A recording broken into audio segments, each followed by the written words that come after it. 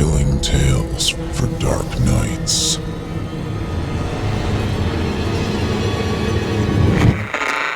Want to make sure you never miss a Chilling Tales for Dark Nights video again?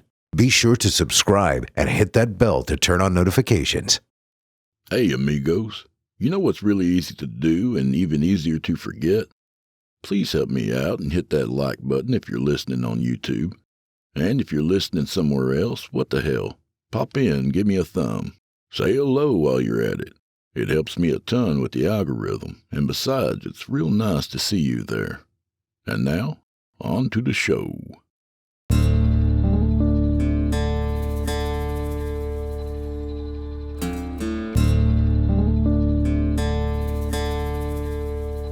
Oh, shit.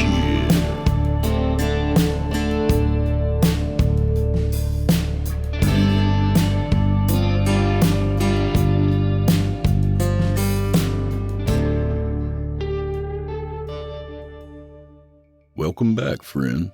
Happy Good Friday to you. Well, I guess happy isn't exactly the right word, is it? Solemn Good Friday? Is that better? Have a blessed Good Friday, that's it. Thanks, Chester. Sanctimonious prick. Anyway, let's head inside, friends. I've got a good one for you tonight. Hey, before I forget, check out simplyscarypodcast.com when you get a chance and become a patron. For as little as $7.99 a month, you can get the entire catalog ad-free and available to download or stream. Alternatively, you can buy 1 cup of coffee from Starbucks and spend the whole month listening to ads. Not a bad deal, is it?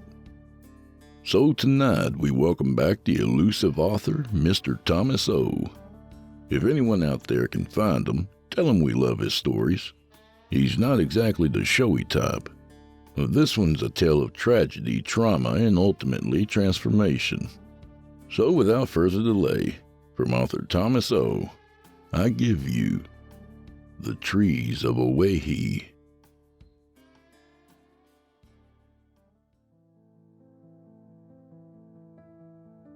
There's a place in the forest my father and I used to visit, a spot he called Ohwayhee. There have never been any buildings at Ohwayhee, and there's no obvious evidence that people ever planned to settle in that location. If anybody had the inclination to go there, then an hour-long hike over demanding terrain was the only way in, and that was only after a 20-mile drive over a bumpy dirt road. Those who successfully undertook the journey, and there weren't many who bothered, were rewarded with the inherent tranquility that goes along with being in a place that was never a dot on anyone's map. The visits to Ohwayhee started when I was very little, perhaps 3 years old. At that age, I never once questioned why my father brought me to that out-of-the-way place. It just seemed like a natural thing for us to be doing. We'd often stay there overnight, sometimes for 2 nights, but we never brought a tent or sleeping bags. In fact, I don't even recall bringing food or water with us.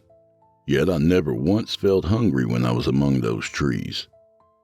When we got tired, the forest floor was our bed, and I remember feeling secure and snug sleeping on the ground while the leaves above shrouded us from the black sky. My father, a slight bookish man, spent most of his time there meditating, and he encouraged me to do the same. "Listen," he'd tell me as he pointed up to the treetops. "Do you hear 'em?" I'd close my eyes and imagine fantastic stories in faraway lands. I could actually see the people and places if I was patient enough. It was almost like tuning into a staticky TV show that suddenly comes in clear. When it was time to leave, I would hang my head in sadness, and I could sense a certain melancholy in my father too. Hiking out, he always promised me that we'd return again to refresh and recharge, as he put it.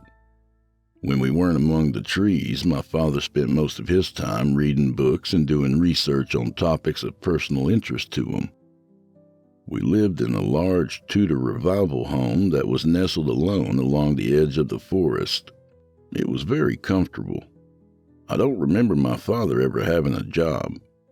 He inherited both the house and a substantial amount of money from his father, whom I never knew. The money was wisely invested, and our tastes were never more extravagant than enjoying whipped cream on top of our hot cocoa, so I doubt we ever made much of a dent in the savings. I was happy being with my father, just me and him living mostly in solitude. However, we did venture out to visit museums, libraries, and other public institutions at least twice weekly. Sometimes we drove far, but the trips were always worth it. I had a voracious appetite for learning, which was clearly an inherited trait. Looking back, I understand that the course my life was on might have seemed modest and humble at first glance, but in reality, my father and I were both on an exciting quest for knowledge and wisdom. I should have grown up to be like him, but that never came to pass. When I was 5, I was kidnapped by a gray-haired man named Solomon Longberg. This was a completely random occurrence. He could have taken any small child, but I happened to be the one who was standing nearest to the exit that day at the public aquarium. I was no more than 10 feet away from my father when I was suddenly ushered away by a tall, imposing form. The man looked important, dressed in a brown suit and a fedora. With luster in his grin, he winked, as if to say that everything would be all right.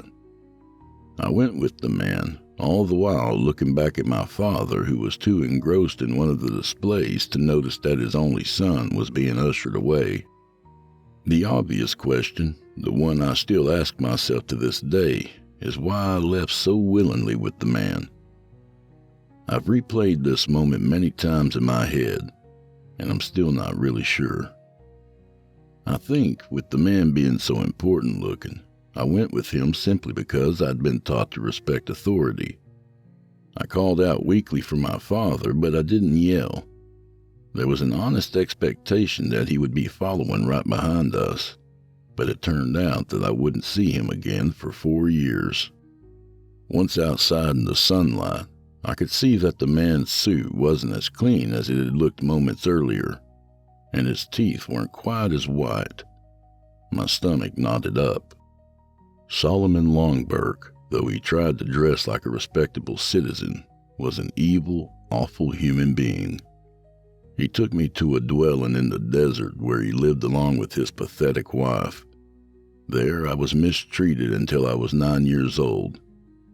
Most of what happened to me I've managed to block out of my memory, but from the parts I remember, I know I was made to serve him and his wife. Ultimately, I was a stand-in for their deceased son, who himself had been abused and had passed away the year before. My psyche, rather than being gently molded by my father, was instead hammered into shape by that monster Longberg. Eventually, I was freed. Solomon got sloppy one day and brought me with him when he went to the store. The clerk only needed to glance once at my malnourished frame and the bruises on my arms before calling the police. The reunion with my father was a happy time for me, but it was probably one of the last times I felt true joy. Once all the commotion surrounding my return faded away, and when all the police and reporters stopped asking me questions, there was a point where our lives regained a sense of ordinary. Unfortunately, it was only a very brief flirtation with normality, and I soon found that I was unable to connect with my father on any sort of affectionate level. I spent most of my time feeling angry towards him. I'd have flashbacks from the day of my kidnapping, and I'd remember how he had been so enamored with that display that he couldn't even bother to turn around and check on me. Whether justified or not, I blamed him for the years of torture that I'd suffered at the hands of Solomon. Eventually, my anger grew to the point where its origin wasn't even important to me anymore. I was mad just because I was mad. For his part, my father reacted with confusion at my outbursts, as if I was yelling in a language that was totally foreign to him. Our special spot in the forest, Ohwayhee, never held the same magic for me, and I only returned there 4 times in total. The first return visit took place about 3 months after my rescue. I remember pouting for the entire duration of the car ride, Then, when we hiked in from our parking spot along the road, all I could do was complain about the stupidity of the task we were undertaking.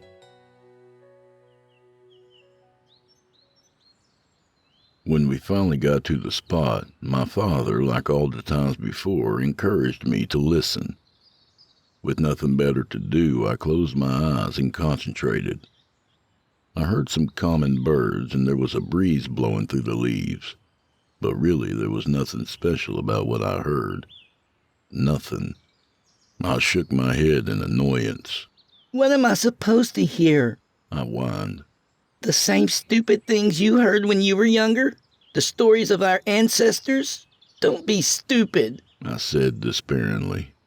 Despite my young age, disrespect such as that started becoming more common with me. My father didn't seem to mind my poor attitude so much. He seemed more concerned with the fact that I couldn't hear whatever it was he thought I should be hearing. I soon became thirsty and hungry, which was the first time that ever happened to me while visiting Ohwayhee. When I complained to my father, he simply encouraged me to wait. If I was patient, he told me, I'd reconnect with the land and everything would be better. That night was one of the most miserable of my life, not counting the nights I spent in the capture of Solomon Longberg. I sprawled upon the forest floor, cold and miserable. Bugs crawling over me tickled my skin and gave me shivers as my father slept peacefully nearby. In the morning, I screamed at him and demanded he take me back home. My relationship with my father was completely destroyed over the next few years. He had no idea how to deal with my explosive anger and would meekly walk away from me when I got too loud. In my more reserved moments, he encouraged me to accompany him on his day trips, but I no longer had any interest in going to museums and other places where you were expected to be quiet. There were times when he proposed we take a trip to a faraway land so we could learn about foreign cultures. Egypt, Europe, Japan, any place I desired, but I didn't want to do anything like that. And he never ever stopped encouraging me to return to Ohwayhee, but I simply wouldn't listen to him.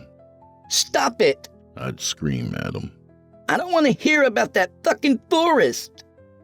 At times, I would literally put my hands over my ears and start humming until he left me alone. As I got to my early teenage years, I began leaving the house whenever I felt like it. I made new friends, which was a first for me, as my father and I had always led sheltered lives. With my earlier isolation, I'd really never learned the difference between a true friend and an acquaintance who was absolutely positively no good for you. It's an understatement to say that I didn't choose my new relationships wisely, and these new colleagues exposed me to alternate pathways I never would have considered on my own. I don't remember much about the first time I tried drugs. It was a hazy experience. However, I do remember that they made me feel better for a little while. When I was high, memories of Solomon no longer dominated my daydreams, and my weakling father's bothersome voice didn't penetrate so deeply. I seemed to have a huge tolerance for whatever I put into my system, and I even saw people overdose and die from far smaller amounts than I myself would use on a normal basis. I spent my adolescence mostly on the streets. During that time, I occasionally returned to my father's house to shower, eat, and sleep off whatever drug I last ingested. If I found any cash or anything I could sell, I'd take it with me before I left. My father never tried to stop me, and if I ever saw him, I would simply scream at him until he left me alone. By my early 20s, I'd managed to drastically curtail my drug use, mostly due to the lack of fulfillment that I felt in my life. Some of my anger had faded away, and the drugs no longer had such a big hole to fill. I found it much easier to reduce my substance abuse than any of my friends did. I did so at will, without any sort of withdrawal symptoms. You must be made of something different, one of my astonished companions said to me after I was 5 days sober and fully functioning. By the time I reached my late 20s, I'd been completely clean for a few years, and I'd found employment selling cheap junk to idiots at a kiosk in the mall. I hadn't spoken to my father in at least 10 years. That's not to say he hadn't tried to contact me, but I never answered his calls. My resentment towards him and a sense of personal shame at my own behavior ensured our estrangement. It was his final message that caused me to reach out to him once again. His voice sounded emotional and despondent. "Hi, son." There was a long pause where he seemed to be gathering his thoughts. "I guess I don't have too much time left here. Please, I need you to go with me to Ohwayhee. It's the most important trip you'll ever make. The house, the car, the stock portfolios, they'll be yours. I just need you to take me up there one time. Call me back." I didn't want to see my father, nor did I want to go back to the forest. But his offer was too good to say no. The house? The money? I had no idea why he was offering those to me, but I figured he was probably dying. I called him up and said yes without even asking how he was doing. We agreed that I'd pick him up the next day, and that was the reason for my second return to Ohwayhee. Seeing my father again after so many years was awkward. He had aged substantially from when I had last seen him. He hugged me when I got to his house, yet he struggled to bend his arms when he did so. I returned his embrace half-heartedly. His legs were stiff as he walked to the car, and any movement seemed painful for him. I wondered how well he'd do when it came time to park the car and hike in. The drive was quiet. Even though I believed my father was probably dying, I didn't bother to inquire about what was wrong with him. Large, dark scabs on his arms seemed to be stretching out from underneath his sleeves. They were impossible not to notice. I had no idea how much of his skin they covered, but it seemed to be quite a bit. We parked the car and began our hike into the woods. My father actually did better than I expected, and the closer we got to our destination, the more energetic he became. By the time we arrived at Ohwayhee, he had attained a brisk pace. Once he was among the trees of his hallowed spot, he removed his shirt. I stared in surprise when I saw his chest, which was completely covered by the same scabby material that I'd seen on his arms. My father looked to the sky and took a deep, satisfied breath. "This feels good," he said as he continued to breathe in deeply. He lowered his gaze towards me. "Do you remember my lawyer, Carl?" I nodded yes. "Good. Go see him when you get back. He's not one of us, but he can be trusted. He'll make sure everything gets transferred to you. It's all been set up." My father bent down and removed his pants and shoes. The sight of his feet surprised me even more than the sight of his chest had. His toes no longer looked like toes at all. Instead, they were several inches long and vine-like. They had wrapped themselves around his feet in what looked to be an unnatural and uncomfortable position. The relief on his face was visible as he flexed his lower limbs, and the vines that were once his toes spread out among the earth as he did so. I knew for a fact that his feet, in the past, had been quite normal. He was going through some sort of transformation. "What's going on with you?" I asked. He gave an ironic smile and said, "Finally, you want to know." He began shifting his bare feet back and forth, digging them into the earth. "It's time for me to join our ancestors, just as you will one day too. I watched in awe as the giant scab that covered my father's chest and arms appeared to grow further down toward his hands and his legs. Are you dying? No, I'm not. In fact, I'll live for another 1,000 years. I'm just ending this stage of my life and moving on to the next. Tell me what's going on, Dad, I demanded with a shaken voice. He made a sweeping motion with his hand. These trees, they're our ancestors, although calling them trees isn't completely accurate. Just like calling you human isn't fully accurate. If I hadn't been witnessing my father transforming before my eyes, I would have thought he was going crazy. So you're telling me the trees in this forest used to be people? He nodded and explained. Not all the trees in the forest, just the ones in this area. The scab-like material continued to grow upon his body, and I finally realized that it looked more like tree bark than anything else. He spoke with urgency as his transformation began to quicken. This place is a repository of knowledge. The trees are interconnected. They're speaking to one another, sharing their experiences and their wisdom. He looked right into my eyes before continuing. This place is alive in a way that you can't imagine. When we're in our human form, it's our chance to learn and experience life's offerings. Then when it's our time to transform, we bring our knowledge back to Ohwayhee so we can share with the others. He stretched his arms toward the sky. I saw small green buds sprout from his fingertips. They were the beginnings of leaves. He continued. There was a time when you could hear your ancestors talk. You could feel their stories, and you lived their past adventures. But you lost that ability when you were taken away.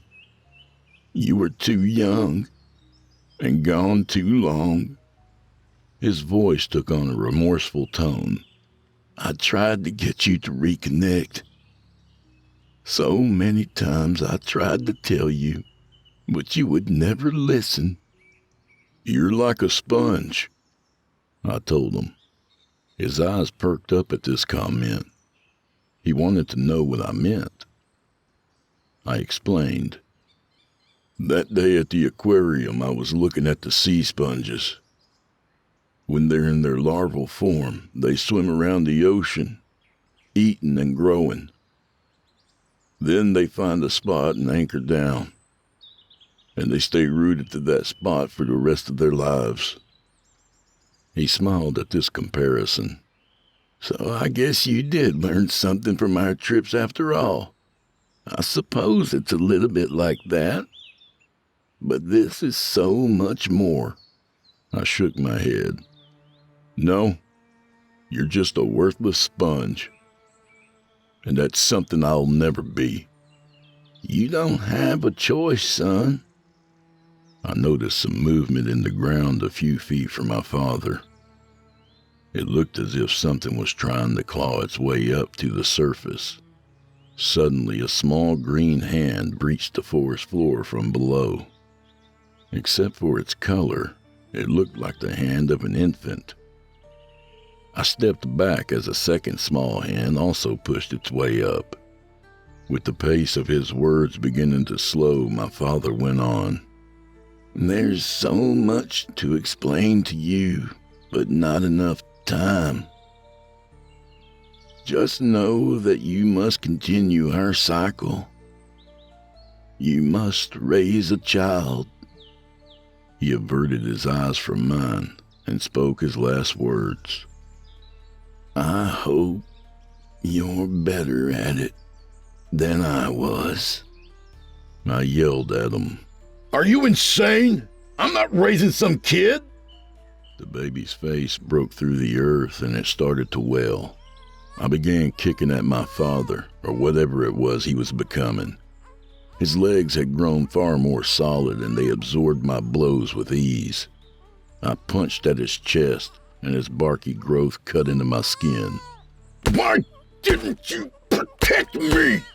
I screamed at him between punches, only stopping once the pain in my fist demanded that I do so. The green infant wiggled fully free from the earth after a few minutes.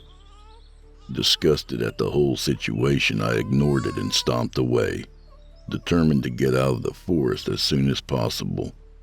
I quickened my pace as the baby cried louder behind me, but I couldn't be bothered by its distress. Whatever it wasn't human, and it certainly wasn't going to be my child. I got about a quarter of the way back to the car before I finally stopped. I turned and punched the nearest tree with my already bloody hand. Then, after screaming out loud, I turned around and headed back to where the baby had emerged. It was still crying when I returned.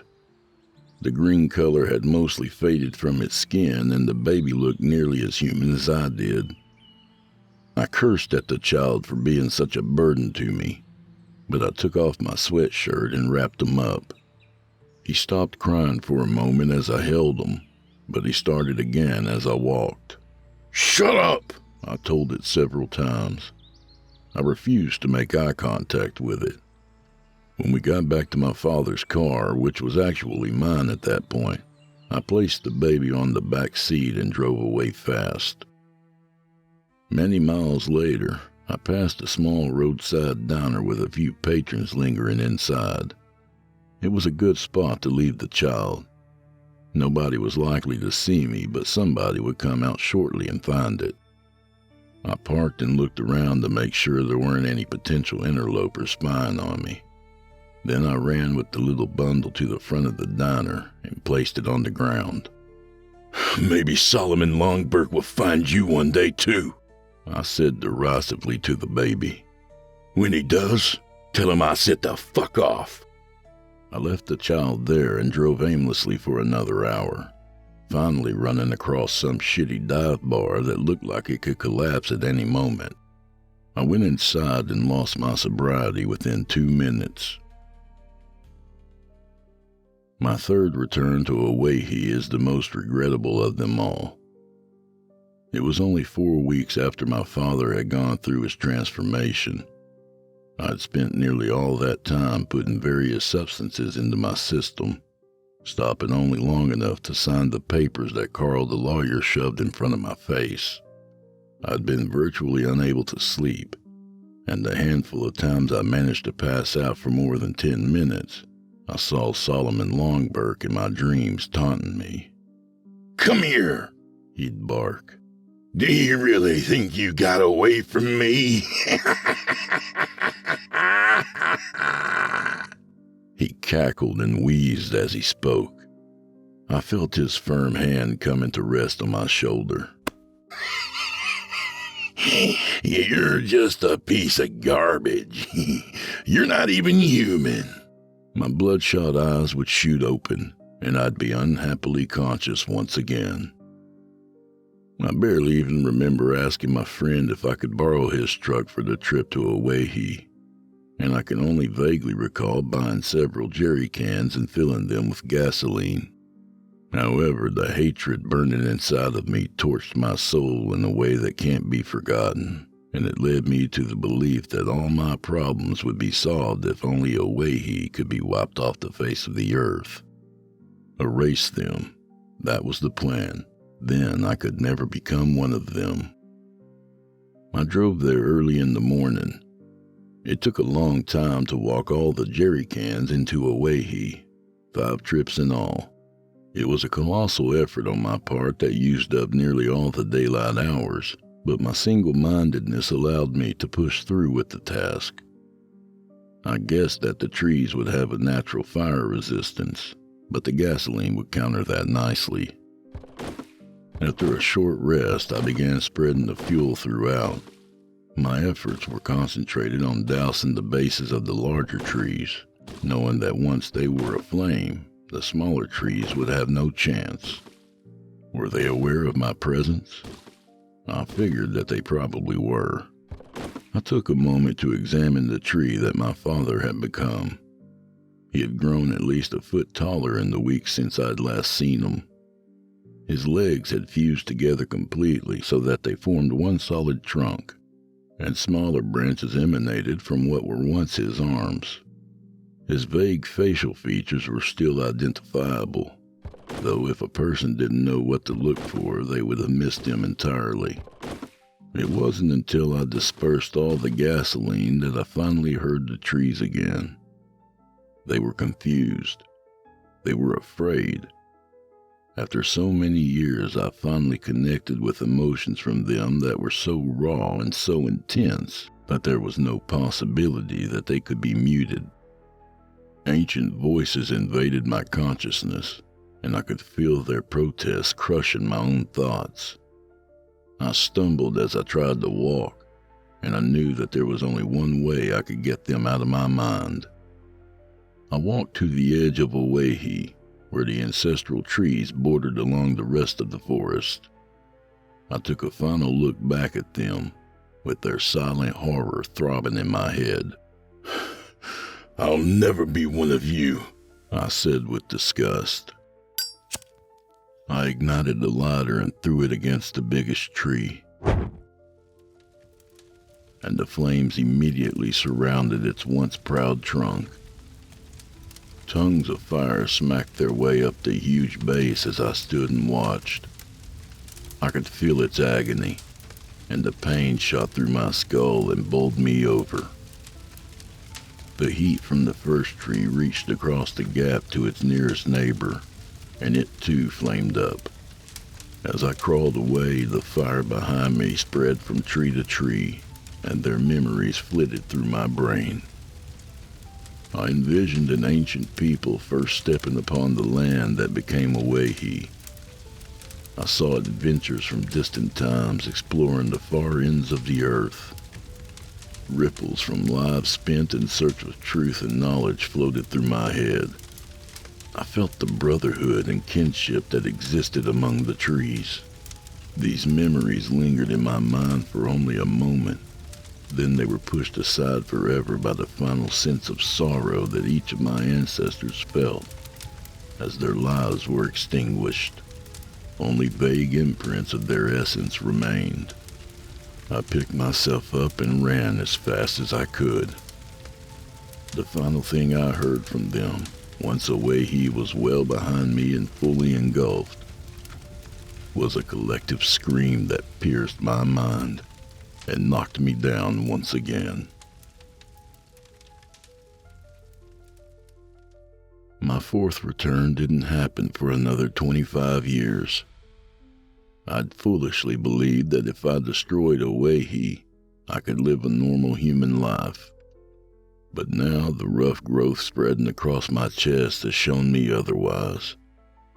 What I finally came to understand, and what I refused to consider then, is that joining my ancestors would have been a magnificent ascension, unlike anything a regular human could ever experience. It would have been something wonderful. I've become a better person this past quarter of a century. When I was ready for it, sobriety found me again easily. With my not quite human constitution, the drugs never had hold of me the same way they might have with others. For years, I'd forced them on myself, yet when I decided I didn't need them, the physical addiction simply wasn't present. The visions of Solomon Longberg stopped long ago, about 3 years after the man himself died in prison. I've made peace with what I've done, but I can never forgive myself, nor should anyone else be willing to forgive me, ever. I'm naked, and I find myself standing here upon the ground that was once Ohwayhee. The land is dead, at least in the sense that it doesn't talk to me anymore. It doesn't feel, and it has no knowledge to speak of. Small trees and bushes populate the area, but they're nothing special. I find a nice sunny spot and survey the land one last time with my human eyes, and a small smile graces my face as I think about what this place once was. I wiggle my feet back and forth to dig them into the dirt, and I can feel them growing down deep into the earth. I raise my arms to the sky. This is the point where I should be hearing 100 happy salutations. But because of my actions all those years ago, there's only silence. I know I may be here alone for 1,000 years or more, yet my despair momentarily switches to hope. Maybe with my return the earth would come back to life, and a new generation will be spawned forth. But then I wonder who will be around to rescue them and raise them. Mostly I think of the man who was supposed to be my son. He's still out there. I was never able to find him once I actually tried, but that was several years after I abandoned him. He's made it to adulthood.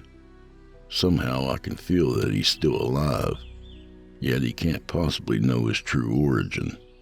It's regrettable that he's grown up without any sort of roadmap to what he's supposed to become.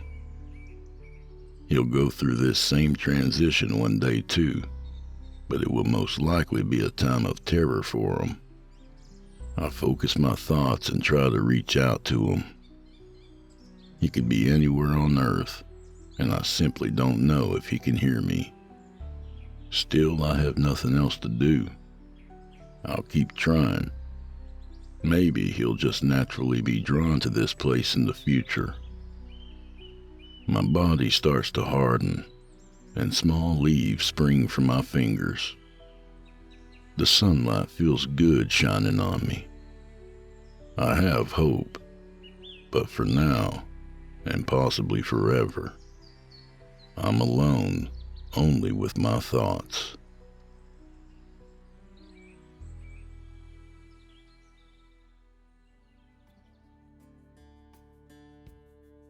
And that was The Trees of Ohwayhee by Thomas O. A good reminder that your family tree isn't always just a metaphor, is it? A little about the author. Thomas O. likes dogs, the ocean, and creepy stories. He's the author of 3 books on Amazon published by Velox Books: The Seer of Possibilities, Face Down in the Grave, and 3 Truths. Thanks, Thomas. And a friendly reminder to check out our pals from Velox on veloxbooks.com. They specialize in the stuff you come here for. Indie-style horror stories with that creepypasta flavor you love. Be sure to give them a look for your next read. And do old Drew Blood a favor, would you?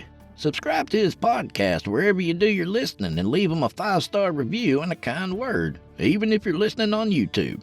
He needs soldiers on all fronts to win this battle, and he appreciates it. To hear a premium ad-free edition of tonight's and all the other episodes, visit simplyscarypodcast.com today and click Patrons in the upper menu. You'll find yourself at chillingtalesfordarknights.com, where you can become a patron for as little as $5 per month and get access to their entire audio archive, all ad-free and available to download or stream. Thank you for your time and for supporting our sponsors. When you support our sponsors, you support this show. If you happen to use Facebook, Twitter, Instagram, or YouTube, you can follow and subscribe to Chillin' Tales for Dark Nights there, where you'll get all the latest updates and new releases and have the chance to interact with them each and every week. Oh, and you can find Drew Blood on Facebook and Instagram, and sometimes Twitter. The Drew Blood's Dark Tales podcast is accepting submissions, friend. If you've got a story or two you'd like to be featured on the show, send it to drewbloodhorror@gmail.com. If selected, you'll get the full treatment, 10 bananas.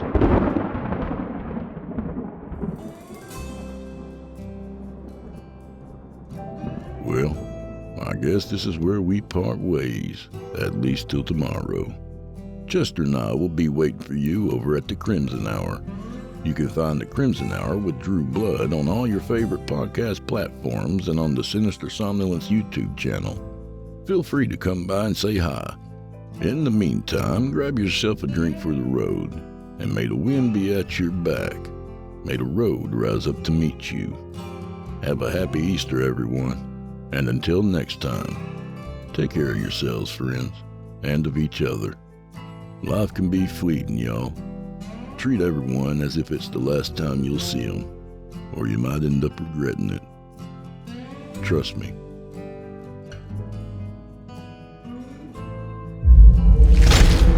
Chilling tales for dark nights.